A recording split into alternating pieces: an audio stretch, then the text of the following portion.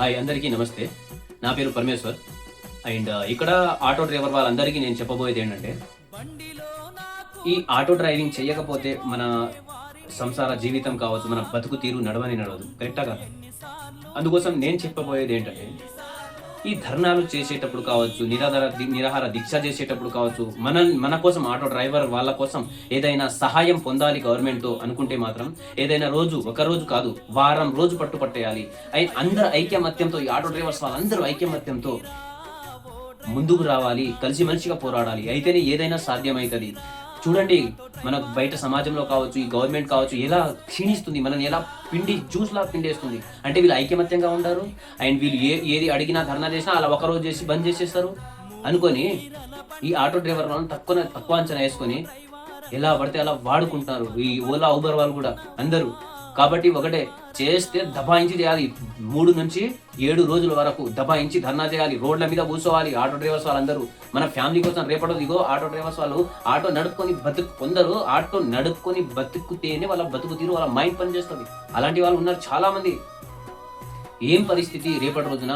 ఈ RTC bus అంట okay, RTC ఆటోలు తీస్తున్నారు. ఏం పరిస్థితి? అందుకోసం జరగబోయే ప్రతి ధర్నా కావచ్చు, నిరాహార దీక్ష కావచ్చు, అందరు పాల్గొనండి. నిజమైన మగవాళ్ళు ఉంటే, మీరు నిజంగా మీ ఫ్యామిలీ కోసం మీరు నిజంగా డ్రైవర్ అనే అధికారం ఉంటే, మీరు నిజమైన మొగోడివి అయితే ఖచ్చితంగా రోడ్డు మీద రా అండ్ ధర్నా చేయి. అండ్ నీ కోసం, నీ పిల్లల భవిష్యత్ కోసం, అండ్ నువ్వు చేసే డ్రైవింగ్ కోసం. ఈ రోజు నువ్వైతే అలవాటు పడిపోయినావు కదా, మరి నీ కోసం నువ్వు పోరాడవా? బయటికి రావాలి, ఇంట్లో కూర్చోవద్దు. ఏదో నేను గల్లీలో కొట్టుకుంటాను, గల్లీలో కొట్టుకుంటా ఉండకు. చిన్న పెద్దగా అందరు కలిసి ఐకమత్యంగా ఉంటేనే ఏదో ఒకటి సాధిస్తాం. లేదంటే సంకనాకిస్తారు అందరూ. గవర్నమెంట్ ముఖ్యంగా సంకనాకిస్తుంది. ఘోరమైన రోజులు చూడాల్సి వస్తుంది. ధర్నా ఉన్న ప్రతిసారి ఖచ్చితంగా రావాలి, రోడ్ల మీద వచ్చి కూర్చోవాలి, బస్సులని ఆపాలి, బస్సు మొత్తం అద్దం పగలగొట్టాలి. ఇలా విధంగా హంగామా చేసేయాలి. అయితేనే ఈ గవర్నమెంట్ అండ్ ఈ ఓలా, ఊబర్ వాళ్ళు అందరు మాట వింటారు. కాదు కూడదని ఇంట్లో కూర్చుంటే మాత్రం ఆడంగిలాగా ఇంట్లో కూర్చోండి. తిక్కా ఉందా మీకు?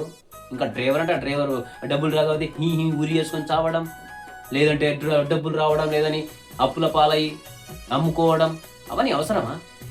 నీకోసం నువ్వు పోరాడు కదా, డ్రైవింగ్లోనే ఉన్నావు కదా, ఆటో డ్రైవర్ అన్నా.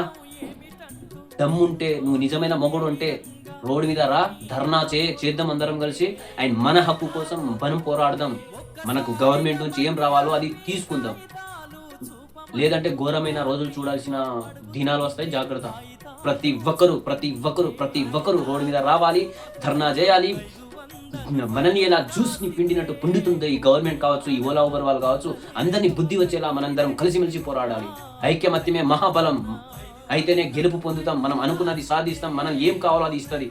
చాలా తక్కువ అంచనా వేస్తుంది ప్రతి ఒక్కరు, ఈ గవర్నమెంట్తో సహా. మనం తక్కువ కాదు.